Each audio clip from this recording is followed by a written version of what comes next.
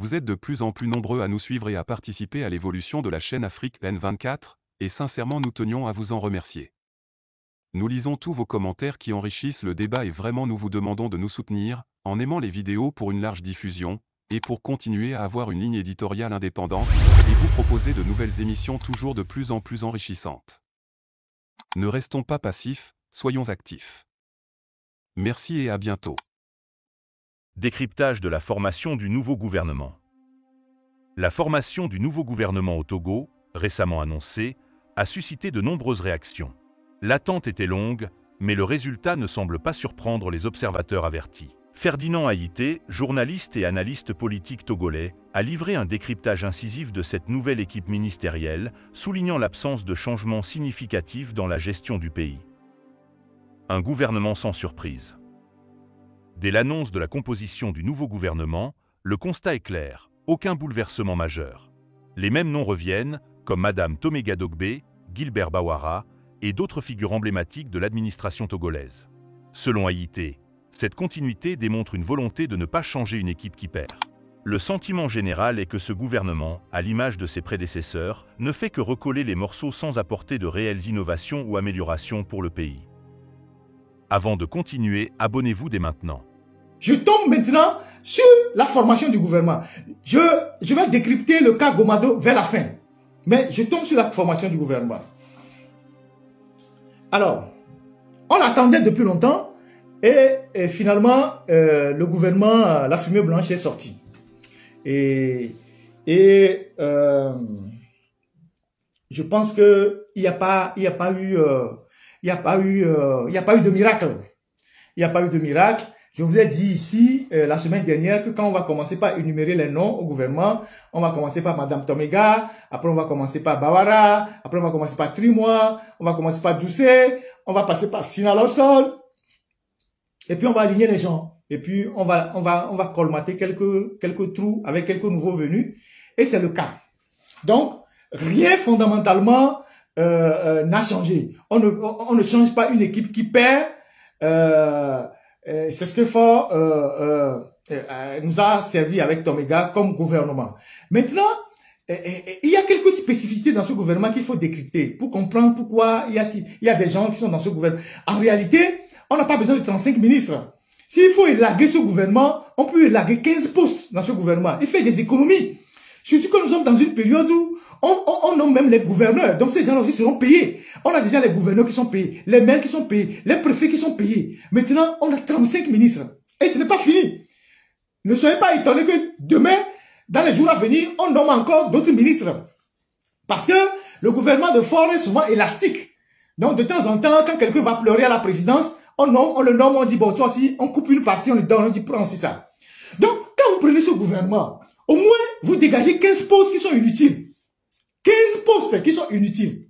Donc, de 35 personnes, on peut regrouper tout en 20 personnes.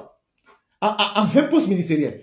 Quand vous voyez quelqu'un comme Yak, le ministre Yak, sincèrement, on aurait pu le laisser aller se reposer. Vous pensez que c'est un ministère qu'on lui a donné? C'est une humiliation. On a beau dire qu'il est ministre d'État, ça c'est pour influencer les naïfs, mais regardez l'intitulé de son ministère. Ministre des ressources halieutiques et de la transhumance. Attendez. Mais on aurait pu même le laisser au ministère de l'eau. Ministre des ressources halieutiques et de la transhumance. Vous qui me suivez là, est-ce que vous entendez ça? Ministre des ressources halieutiques et de la transhumance. Les ressources halieutiques et la transhumance sont déjà dans l'agriculture. Vrai ou faux? Les ressources halieutiques et la transhumance sont déjà dans l'agriculture. Donc, on nomme un ministre pour s'occuper des peuples qui se promènent avec les bœufs sur l'étendue du territoire. Puisque les ressources halieutiques, je ne sais pas combien de lacs on a, il y a le barrage de Nangbeto, un peu les petits poissonneries qu'on a, puisqu'il ne s'occupe pas des ressources halieutiques de la mer, puisqu'il y a un ministre de l'économie maritime. Donc lui, c'est les ressources halieutiques sur le sol, c'est-à-dire dans l'Interland, sur l'étendue du territoire, et la transhumance. Je ne sais pas si c'est parce que le général Yark, il a un goût pour les fermes agricoles, parce qu'il il a quelques fermes agricoles, que ce soit, je pense à Togocom et Gapé, oui, je pense à Gapé, à Badja, et puis un peu à l'intérieur, il a quelques bœufs là, dans ces fermes-là, qu'on s'est dit, bon, comme il aime les fermes agricoles, il a les bœufs, donc on l'envoie d'aller s'occuper des bœufs avec ses peuls. Donc, on lui a créé un ministère comme ça. Ministre d'État, ministre des Ressources halieutiques et de la transhumance. Les gars, je suis sérieux. Donc, on va mettre un bureau quelque part et on va écrire sur ce bureau ministre des Ressources halieutiques et de la transhumance. Et des gens viennent là-bas et disent, ah, ministre de la transhumance, vous faites quoi en fait ici, dans votre ministère? Et on va dire, ah oui, quand les peuples se promènent avec les bœufs, ils mangent les nourritures des gens, les produits agricoles, les produits là, dans les champs, c'est nous qui réglons ces problèmes-là. Les tribunaux sont déjà là pourquoi? Les tribunaux sont là pourquoi? Les tribunaux sont là pourquoi? On aurait pu le laisser aller se reposer parce que il est resté longtemps ministre, il a servi, après on l'a envoyé au ministère de l'eau, c'est vrai qu'on le poussait à la sortie, on aurait pu le laisser aller se reposer que d'inventer ce poste pompeux, mais en réalité qui ne représente rien pour le mettre, c'est une humiliation. De la même manière qu'on a envoyé un certain Hatchadedi, gouverneur de la région des Savanes, c'est une humiliation. Donc, ce poste de Yark n'aurait dû jamais exister. Ministre des Ressources halieutiques et de la transhumance. Ça n'a aucun sens. Ça n'a aucun sens. Tout comme le ministère de Bodjola, ministre à la présidence. Ministre à la présidence.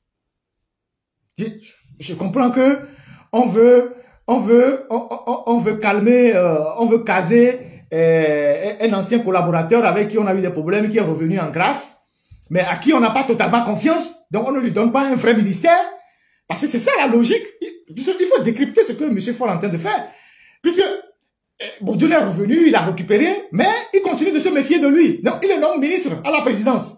Parce que il aurait pu lui donner un poste ministériel de souveraineté. Mais il ne veut pas lui permettre d'avoir l'aura qu'il avait avant. Il ne veut pas lui donner un ministère où il y a un budget, où il peut gérer et il peut de nouveau avoir ses racines. Donc on dit ministère à la présidence, point. C'est aussi un poste inutile. Donc, c'est ça, la réalité. On lui donne ce poste, mais on ne lui fait pas confiance. Si on lui faisait confiance, on devait lui donner un ministère plein. Ministre chargé de l'administration territoriale, ministre des ressources ceci, ministre de ci, ministre de ça. Donc là, on lui nomme ministre à la présidence, point. Donc, quand il y a conseil des ministres, lui aussi vient s'asseoir. Même s'il n'a pas de document, il croise les bras, il suit le conseil des ministres. Ça, c'est le Togo. Ça, c'est deux ça. C'est voilà un poste inutile aussi. On prend Tengue. Voilà un autre phénomène. J'avais fait un débat un jour et je me suis posé la question sur un certain nombre de nos jeunes cadres qui sont brillants dans leur domaine, et qui s'invitent en politique, quitte à détruire leur image.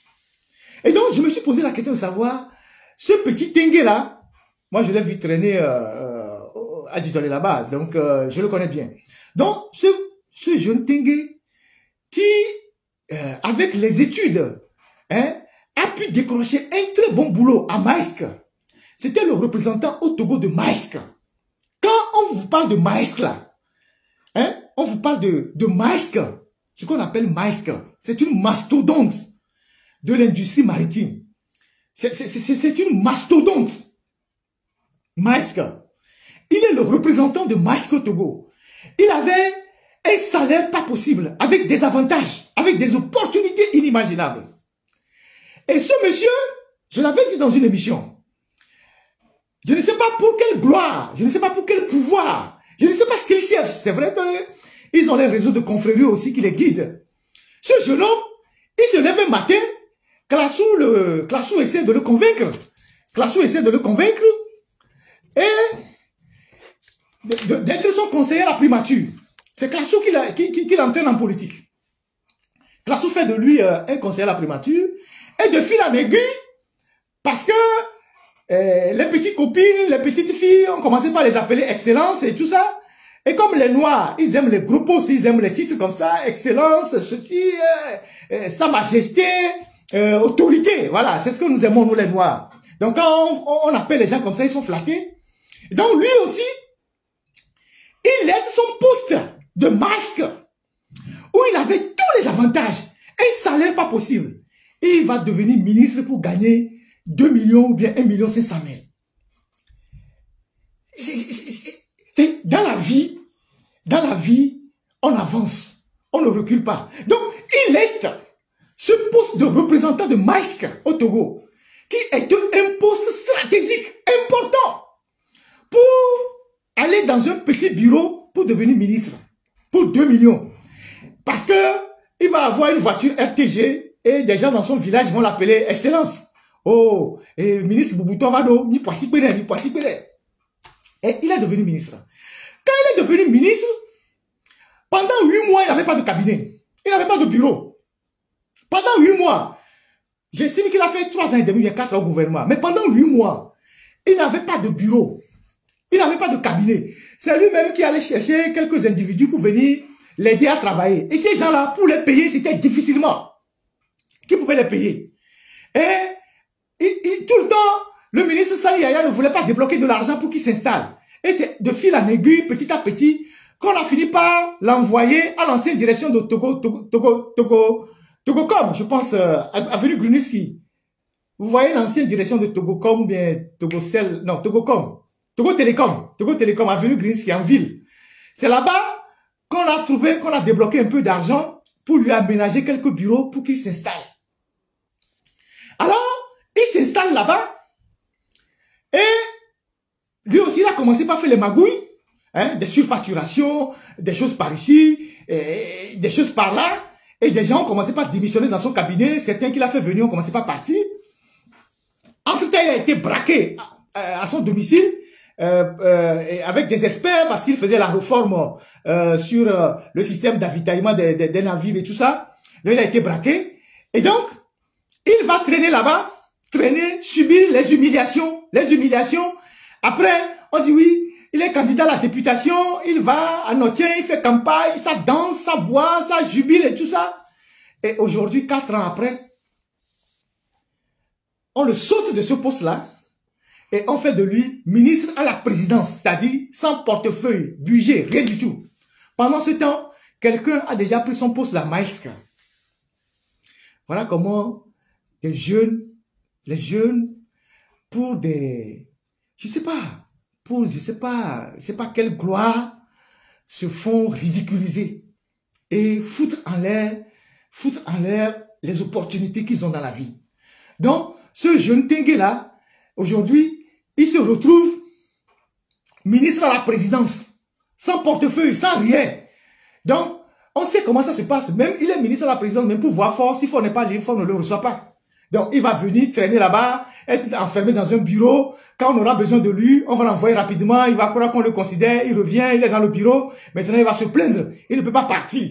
Ministre à la présidence. Parce que justement, c'est des gens qui veulent que quand ils arrivent dans une réunion, on les appelle Excellence. Moi, Ferdinand, je vais trouver un boulot à Maïsk, représentant Maïsk au Togo, avec tous les avantages, avec toutes les opportunités à l'international. Tout ce que j'ai. Et je vais laisser ça. Alors que quand j'étais à Maïsk, les ministres venaient chez moi, ils attendaient dans la salle d'attente. Je les recevais quand je voulais. Maintenant, je quitte ce poste-là pour aller prendre un poste de ministre de l'économie maritime. En 4 ans, je n'ai rien foutu. Maintenant, on fait de moi ministre de la présidence. Voilà un autre poste inutile. Je suis en train de décrypter les postes inutiles. Hein. Un autre poste inutile. Je reviens au ministère du tourisme, de la culture et tout ça. Voilà. Bon, lui, je pense que c'est le ministre Lamadokou. Il n'a vraiment pas eu de chance parce que 10 jours avant la formation du gouvernement, je ne sais pas qu'est-ce qu'il a fait aux gens. Il y a eu une campagne terrible qui s'est abattue sur lui. Le pauvre, je ne sais pas ce qu'il a fait aux gens. Les gens ont sorti des trucs sur les réseaux sociaux. Bon, il a des gens proches de lui aussi qui ont répliqué. Donc, il y avait article contre article, attaque, riposte. Et les gens ont dit des choses sur lui, sur la manière dont il a géré le ministère, un certain nombre de révélations et tout ça. Et finalement, lui, il est parti avec tout le ministère. C'est-à-dire, lui, on l'a pas changé, on l'a pas seulement changé, mais on a dépiécé son ministère. On a coupé culture qu'on a donné à Kuigan, on a pris tourisme qu'on a rattaché à la présidence. Bon, voilà, lui, son ministère a été totalement découpé et voilà, donc lui, on l'a libéré totalement. Donc son ministère n'existe plus. Alors, il y a eu des gens qui ont eu des postes pour les calmer. On a donné des postes à des gens pour les calmer. Et parmi ces gens-là, il y a eu Dame Tchegan. Dame Tchegan, je vous ai parlé de ses états d'âme, ses humeurs et tout et tout. Et voilà une dame qui a été très chanceuse dans sa vie, qui est partie de rien et qui est devenue présidente de l'Assemblée nationale. Et donc, quand elle est devenue présidente de l'Assemblée nationale, forcément, les parvenus souvent deviennent incontrôlables, arrogants, ils pensent qu'ils ont touché le ciel. Mais en politique, il faut faire très attention, surtout quand on travaille avec quelqu'un comme Faure Gnassingbé, qui lui, en réalité, ne déplace que les dés comme des pions. Il utilise juste les gens. Et les gens pensent que, bon, Faure n'a pas d'amis. Il n'a personne. Il n'a pas d'amis. Lui, il utilise juste les gens.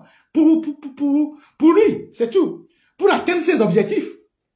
Il peut même avoir des relations particulières avec vous, mais s'il n'a plus besoin de vous, il vous dégage. Et ça, c'est le cynisme en politique. Et c'est ça même, en fait, c'est ça qu'il faut décrypter dans ce qu'il fait. Donc, Tchegan, à un moment donné de sa gloire, elle croyait être au ciel. Et moi, j'ai entendu pas mal de choses venant des amis de Palimé, des gens qui sont proches d'elle, qui disaient que quand le président de la République, je parle de Faure Gnassingbé, est passé chez elle là-bas à Kpélé à Gavé, c'est chez elle. Le président est passé chez elle à la maison, je pense à manger une fois, deux fois, il y a eu des réunions là-bas. À un moment donné, Tchegan était dans l'extase. Elle disait en patois à ses frères que si quelqu'un pouvait croire que le président de la République peut venir jusqu'à chez elle à la maison manger, et atterrir avec son hélicoptère dans le couple humain d'à côté et venir manger chez elle. Vraiment, Dieu l'a béni. Elle est vraiment bénie de Dieu. Et la Tenkaredia, Américain, et la vague bonne, la pomme, la vague double, le bonne. Eh, Maouyiram, là. Voilà ce qu'elle disait ça en patois. Eh, Maouyiram. Donc, à ce niveau, on se croit indéboulonnable. Indéboulonnable. Maouyiram. Donc, on se croit indéboulonnable. Donc, elle n'a pas vu venir le coup de l'Assemblée nationale parce que elle pensait qu'on allait la reconduire forcément. Jusqu'à la dernière minute, elle pensait qu'on allait la reconduire comme tous les autres. Comme les autres qui pensaient qu'ils allaient être aussi présidents de l'Assemblée nationale. Comme Klassou, je parlais de Klassou tout à l'heure, Kokoroko aussi et tout ça. Donc, tous ces gens-là pensaient que c'est soit l'un ou l'autre. Mais Faure, étant quelqu'un d'assez malin, il a déjoué tout ça. Donc, un autre, quand le président vient chez elle, appelé à Gavé, manger une fois, venu deux fois, mais elle était dans l'extase. Et, en me gantant, tout le monde va gagner les guerres. Ah, Maouyiram, Maouyiram. Donc, vous voyez? Donc, c'est comme ça que ça parle. C'est ça la République. Vous voyez? Et donc, elle n'a pas eu ce poste à l'Assemblée nationale. Elle a beaucoup bourdonné. Elle a boycotté les Evala. Après, bon, elle voulait pas libérer elle voulait pas libérer le logement de fonction et tout. Et il y a un gars qui se moquait d'elle quand Adédia a été choisi. Le gars disait, mais elle les emmerdait dans le quartier quand elle passe avec son gyrophare, avec son pipon, son gyrophare, parce que elle circule avec son cortège là, elle passe. Et le gars disait, quand Adédia a été choisi, que si elle entend encore gyrophare, c'est ambulance ou c'est sapeur-pompier, que c'est fini pour elle. Le gars faisait de la blague, il disait ça quoi, que si Tchegan entend encore gyrophare, c'est ambulance ou c'est comment l'appelle-t-on, c'est sapeur-pompier. Donc, Tchegan, voilà, donc, elle s'est battue, elle voulait qu'on la casse quelque part, et elle voulait un poste. En réalité, quand tu as été président de l'Assemblée nationale, on ne te casse pas au ministère de l'urbanisme et de la réforme foncière. ne serait-ce que par rapport au poste que tu viens de créer, et au poste que tu viens d'occuper, si on doit te mettre forcément dans le gouvernement, on te nomme ministre d'État avec un poste de souveraineté. On te nomme ministre d'État avec un poste de souveraineté. On ne te recase pas au ministère de l'urbanisme et de la réforme foncière dont on ne connaît pas véritablement les attributions depuis que ce ministère existe. Donc, voilà là où on l'a mis. Et bon, elle a trouvé son potin. Bon, elle va se calmer un peu. Ça lui permet d'exister. Et voilà comment le système fonctionne. Maintenant, Classou aussi pensait qu'on allait le nommer président de l'Assemblée nationale. Quand ils ont fait les élections le jour-là, puisque moi j'avais des reporters qui étaient là-bas. Donc, quand les gens sont sortis, les gens étaient énervés. Les gens étaient énervés, chacun a pris son chemin. Les gens qui devaient bourdonner, les cocorocos sont passés par ici. Puisque ADG n'était pas là, en fait. ADG était au Rwanda quand on l'a pris. Donc, quand les gens sont arrivés et que la consigne a été donnée qu'on a pris ADG, les gens sont sortis en bourdonnant. Donc, Classou, lui, puisque Classou représente en fait aujourd'hui, quand Classou a été positionné pour être député, les gens pensaient automatiquement que Classou allait être soit président de l'Assemblée nationale ou peut-être demain président du Sénat. Donc, Classou même était convaincu que, comme il représente encore la branche des anciens barons, dans ce jeu de misture-là, dans le système, entre les jeunes et les vieux, il va avoir sa place. Donc, quand ils sont sortis, Classou aussi bourdonnait. Et il disait, tout ça là. Il disait tout ça, il est rentré dans sa voiture, il est parti. Et donc, les bourdonnements de Classou sont arrivés forcément dans les oreilles de Faure Gnassingbé. Alors, pour le calmer, ils ont fait quoi? Ils ont nommé sa femme ministre.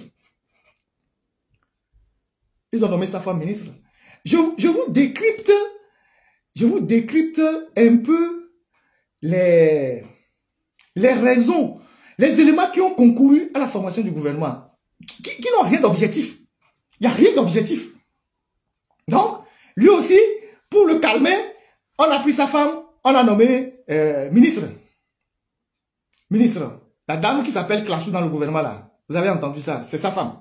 On l'a nommé femme, donc au moins, à défaut que lui soit ministre, sa femme l'est. Donc lui, il a été ancien premier ministre, il a les avantages de l'ancien premier ministre, sa femme aussi est ministre. Donc, quand sa femme vient à la maison, bonne arrivée madame la ministre. Ok, voilà. Donc au moins, il y a un ministre dans la maison. Donc c'est ça. C'est les éléments qui ont concouru à la formation du gouvernement, ça. Il n'y a rien d'objectif. Après, il y a Bawara, qui certainement ne doit pas être très content parce que il s'est toujours plaint en privé de n'avoir pas un très bon ministère. Ministère du travail, de la réforme administrative, tout ça. Il aurait bien voulu avoir un gros ministère, mais peut-être qu'il attendra un peu longtemps. Donc, ceux qui sont bien sortis dans cette affaire, c'est Robert Doucet. Vous savez le travail qu'il fait pour Faure Gnassingbé avec les histoires de panafricanisme. Ils ont un grand sommet sur le panafricanisme. Donc, c'est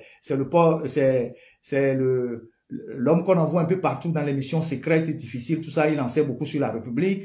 Et donc, il a un grand sommet qu'il organise. Sina Lawson, indéboulonnable parce que Sina, c'est quoi qu'on dise, c'est une femme de caractère. Une femme de caractère qui, de temps en temps, bouscule bien Faure Gnassingbé. Et je pense que Faure Gnassingbé aime bien sa compagnie. Donc, même si parfois il y a des bruits entre eux, Faure préfère la garder parce que c'est une femme qui a un caractère assez très fort et beaucoup de gens le disent, même parfois même au Conseil des ministres, elle est l'une des rares qui peut prendre un coup de fil, sortir, aller revenir. Donc il y a des hommes qui aiment aussi des femmes de caractère comme ça qui les bousculent parfois et qui sont là.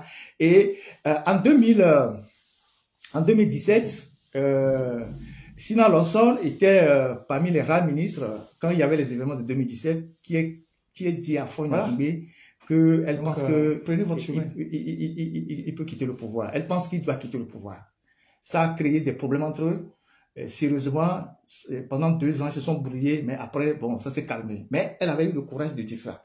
L'une des rares ministres qui a dit clairement à Faure Gnassingbé que non, avec l'allure que prennent les choses, elle pense qu'il doit quitter le pouvoir. Il n'a pas aimé, mais après, bon, je pense qu'il lui a pardonné. Entre hommes et femmes, il y a toujours des secrets qu'on règle ensemble. Donc voilà, et voilà. Donc, il y a Iwu Wateba, voilà. Ah, mais je ne vais pas l'oublier, lui. Il y a Iwu Wateba. Alors, Iwu Wateba est devenu ministre dans Majesté Iwu Wateba, voilà. Elle est devenue ministre dans la foulée de la Covid. Et quand Iou est devenu ministre, vous avez vu tout le zèle qui s'est, qu'il a déroulé un peu partout sur les médias, un peu partout, il expliquait les choses et tout. Et aujourd'hui, il n'a pas été reconduit. Et Iou, à un moment donné, après cette période de zèle-là, vous allez sentir que il s'est calmé un peu. Et pourquoi il s'est calmé? Parce qu'après, il a commencé à découvrir que le système ne fonctionnait pas comme il le pensait. Il s'est calmé parce que il y a eu un incident. Il y a eu un incident. C'est même pas un incident. Une altercation à la sortie un jour d'un conseil des ministres entre Iou et un aide de camp de Faure Gnassingbé. Et ce tête de camp que je ne vais pas citer ici, qui est un colonel, a giflé le ministre à la présidence, à la sortie du conseil des ministres. Ils se tiraillaient sur une question de bourse des Togolais qui étaient en Chine pendant la période de la Covid. Et ce officier-là avait son fils qui était dans le lot. Je pense qu'il faisait un plaidoyer, il faisait un peu de pression pour que le ministre puisse gérer le cas de son fils exceptionnellement. Et le ministre a dit non, mon colonel, vous n'êtes pas seul dans le cas, il y a les enfants des pauvres et tout ça. Et donc la discussion a viré. Et puis ça s'est terminé par des coups de gifle à la présidence. Et l'affaire a été portée auprès du grand patron qui a convoqué tout le monde. Bon, comme les enfants qui se bagarrent dans une cour de récréation, on vous appelle, on dit bon, qui a frappé l'autre? L'autre dit non, c'est pas moi. L'autre dit non, c'est pas moi. On dit bon, on va regarder les caméras. Comme la présidence est bourrée de caméras, les caméras ont sorti la vérité et ce tête de camp a été puni en arrêt de, comment ils appellent ça, arrêt de rigueur, je sais pas quoi, pour les militaires pendant une trentaine de jours. Et depuis qu'il est revenu, il n'est plus l'aide de camp officiel de Faure Gnassingbé. Il a été remplacé par quelqu'un d'autre. Donc, c'est depuis cette altercation-là que Iou s'est calmé un peu. Et après, bon, lui aussi, dans son ministère, il a appliqué la grosse tête avec sa maîtresse. Parce que Iou, sa maîtresse, c'est, comment appelle-t-on, Madame Nathalie Bito, de la Chambre de commerce. Je ne vous apprends rien. Ceux qui sont à Lomé savent que c'est sa maîtresse. Et donc, ils vivent d'ailleurs ensemble. Et donc, cette dame-là, qui avait la gestion provisoire de la Chambre du commerce, a créé, dans les magouilles qu'il faisait, a créé un partenariat avec le ministère de l'Enseignement supérieur, qui est détenu par son supposé mari, Iou. Je vous explique un conflit d'intérêt, un cas de conflit d'intérêt. Donc, Iou a pour maîtresse Madame Nathalie Bito. C'est pas un secret. Quand Iou a été gardé à la gendarmerie dans les affaires de notes, la dame était là-bas. Donc, tout le monde la voit. Ils sont ensemble. Ils vivent d'ailleurs ensemble. Donc, quand Iou est au ministère de l'Enseignement supérieur, Madame Nathalie Bito a créé un partenariat avec l'enseignement supérieur et ça leur permet chaque fois d'envoyer de l'argent de la Chambre du commerce vers le ministère de l'Enseignement supérieur. Tantôt 100 millions, tantôt 150 millions. Et cet argent, personne ne connaît les destinations que prenaient ces sous-là. Donc, voilà comment les choses se passaient aussi avec Iou et accessoirement sa campagne, Madame Nathalie Bito, qui aussi a fini sa mission à la tête de la Chambre du commerce. Voilà. Maintenant, il y a la Benjamin du gouvernement. Quelqu'un dit à Ziablé, bon, tout le monde a vu qu'elle est tombée dans l'eau, comme Yak à l'époque. Donc, qu'est-ce que vous voulez que je dise encore plus? Elle n'a pas... Je pense qu'on a dû on a dû comprendre que, bon, la mission qui est là-bas dépassait ses épaules. Elle ne pouvait pas faire grand-chose. Donc, on l'a déplacée et on a nommé quelques amis d'enfance, comme les écolos, tout ça, les gens qui ont grandi ensemble. Donc, vous vous retrouvez avec un gouvernement, avec des beaux-frères, des belles-sœurs, des amis d'enfance, pas pour grand-chose. Pas pour grand-chose. Je ne sais pas quel miracle un gouvernement pareil va pouvoir faire avec les mêmes personnes. Et toute la préoccupation des gens, c'est de conserver leur poste. Il y a Kokoroko aussi qui a sauvé son poste. Et vous allez remarquer que cette histoire de 5e République est en train de foutre la pagaille dans le pays. Vous avez vu que dans le bureau de l'Assemblée nationale qui a été formé, il y a 3 personnes qu'on a ressorties. On a ressorti Kokoroko, qu'on a nommé ministre, qu'on a confirmé ministre de l'enseignement primaire et secondaire. On a sorti M. Uro Sama, qui était, je pense, 5e vice-président ou bien 4e, ou je ne sais pas quoi, qu'on a nommé ministre délégué de je ne sais quoi. Et puis on a sorti Mme Kassa, qui est première vice-présidente, qu'on a nommé maintenant gouverneur. Ça veut dire qu'on fait les choses, ça a dit que sur un coup de tête. Si c'était le cas, pourquoi on devait envoyer ces gens-là dans le bureau de l'Assemblée et aujourd'hui les sortir encore de là pour les nommer dans d'autres postes de responsabilité? On aurait pu faire les choses de façon raisonnable pour que on n'en arrive pas c'est pas, pour parler en informatique, copier-coller, copier-coller, copier-coller, copier-coller, couper, copier-coller. C'est ce qu'ils sont en train de faire. Ça prouve que rien d'organisé, rien de raisonnable n'est derrière tout ce qui est en train de se passer. Oui, la ministre aussi des Sports aussi a gardé aussi son poste. Voilà. Un gouvernement élargi et inutilement complexe. Haïté souligne également l'existence de postes ministériels superflus. Avec 35 ministres, le gouvernement semble lourd et coûteux, surtout en période de restrictions budgétaires. L'analyste estime qu'une réduction à 20 ministères serait plus efficace en éliminant des postes qu'il considère comme inutiles. Il prend l'exemple du ministère des Ressources halieutiques et de la Transhumance, confié au général Yark Damam, un poste qu'Haïté qualifie de purement symbolique et sans réel impact. Des postes créés pour récompenser ou écarter. L'analyse se poursuit avec une critique acerbe de la manière dont certains ministres sont nommés à des postes apparemment sans importance, voire humiliants. Le cas du général Yark, nommé ministre des Ressources halieutiques et de la Transhumance, est interprété par Haïté comme une manière de le marginaliser tout en le maintenant dans le circuit politique. De même, l'ancien ministre Bodjona est relégué à un poste de ministre à la présidence, un rôle qu'Haïté considère comme un signe de méfiance de la part du chef de l'État. Des opportunités gâchées. Un autre point soulevé par Haïté est la tendance de jeunes cadres brillants à se laisser entraîner dans la politique au détriment de leur carrière. Il cite l'exemple de Tingué, ancien représentant de Maersk au Togo, qui a quitté un poste prestigieux dans le secteur privé pour devenir ministre. Après des débuts difficiles, il est maintenant relégué à un rôle secondaire de ministre sans portefeuille, une situation qu'Haïté qualifie de regrettable. Des cas de mécontentement et de frustration. Haïté ne manque pas de souligner les frustrations et les tensions qui existent au sein de l'équipe gouvernementale. Il mentionne l'exemple de Robert Ducey, ministre des Affaires étrangères, qui, malgré son engagement et sa proximité avec le président, semble être insatisfait de son portefeuille actuel. D'autres, comme Gilbert Bawara, auraient espéré des ministères plus prestigieux, mais se voient attribuer des responsabilités qui ne répondent pas à leurs attentes. La gestion des affaires internes. La formation du nouveau gouvernement semble également dictée par des considérations internes au pouvoir. Haïté évoque la nomination de la femme de Komi Klassou, ancien Premier ministre, comme ministre, soulignant ainsi les dynamiques familiales et les tentatives de maintenir la paix au sein de la classe politique. De plus, des figures comme Sina Lawson, réputée pour son franc-parler, sont maintenues dans leur poste malgré des tensions passées avec le président, illustrant la complexité des relations au sommet de l'État. Un gouvernement sous le signe de la continuité. Selon Ferdinand Haïté, ce nouveau gouvernement togolais n'apporte aucun espoir de changement. Les postes ministériels semblent davantage répondre à des logiques de répartition des pouvoirs et de gestion des équilibres internes qu'à une véritable volonté de réforme. Les nominations révèlent une volonté de contrôler et de contenir plutôt que d'innover, laissant peu de place à l'espoir d'une amélioration substantielle pour les Togolais. Dans un tel contexte, les perspectives d'évolution positive semblent limitées, avec une administration qui reste figée dans ses habitudes, sans véritable vision pour l'avenir du pays. Pour suivre l'actualité politique et bénéficier d'analyses approfondies, abonnez-vous dès maintenant. Ne ratez pas les prochaines interventions des analystes, acteurs clés des décryptages au Togo. Likez la vidéo si ce n'est pas déjà fait. Laissez aussi votre point de vue en commentaire.